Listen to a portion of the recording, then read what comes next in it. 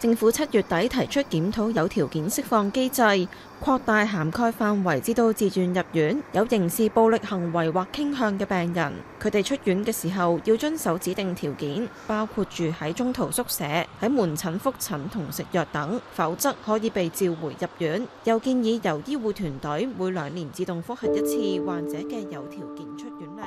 組織嗰個嘅定位就係其實係介乎喺唔同專業中間咯。可能醫生會有對於嗰個嘅復原嘅過程有啲意見個病人，或者可能係醫護啊、社工啊都有唔同嘅意見。但係正我哋咧，其實一個身份就係去平衡佢哋咯。因為佢哋嘅意見只係佢哋嘅意見咯，咁佢哋嘅睇法。咁但係最終行嗰條復原嘅路係嗰個當事人啊嘛。咁所以咧喺我哋接觸一啲會員嘅過程當中咧，咁咧其實的確咧都遇到一啲嘅受屈嘅個案咯。佢覺得喺可能接受醫護嘅服務啦，接受呢個社工嘅服務啦，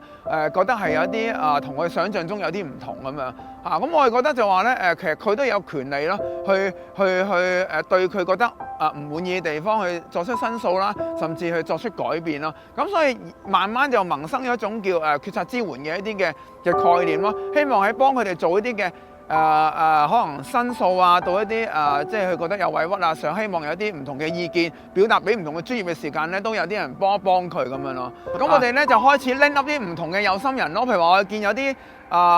會員有需要啦，咁有啲另外有啲律師啊，佢哋又覺得想喺一件事希望幫到手啊咁樣，咁就唔同嘅拎 up 咁樣，咁就變咗就話喺當中我哋就做一個叫同行啦，或者係個協調者嘅角色咯。我哋頭先所講，咁幫佢哋可能同唔同嘅一啲嘅譬如律師啊，同一啲嘅社工啊，做一啲協商啊嘅點樣合作咁樣咯，咁慢慢一步一步咁幫一啲個案去做一啲叫去上一啲嘅申訴嘅個案咁樣咯。咁我其實喺處理啲個案咧，其實我諗最困難嘅地方咧就係，我諗第一樣嘢就係有啲有好勇敢嘅會員肯出嚟啦。因為其實佢要面對就係佢平時對緊嗰啲專業人士啊，即係佢可能去審裁處，可能佢要面對翻佢嗰個主診醫生，佢嗰個高級顧問醫生，又或者嗰個社工或者係嗰個嗰個機構嘅一啲嘅 CEO 咁樣係嘛？咁佢首先要勇敢肯出嚟，因為呢件事可能係對佢會有幾大嘅壓力咯嚇。咁佢要去好清楚去展述到佢覺得佢受屈嘅地方喺邊度，佢覺得可能制度上面對佢唔合理嘅地方，呢都唔係一件好容易嘅事咯。因為專業人士有專業人士嘅意見，你要去反駁佢，咁都係有一定嘅文化或者嘅學術嘅水平咁樣咯。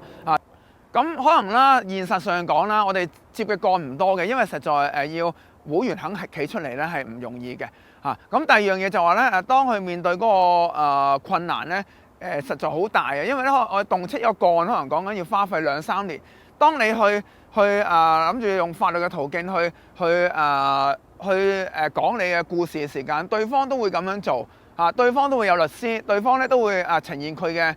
一啲嘅故事嘅版本。咁來來往往，我有一個案係可能係處理咗成3年。大家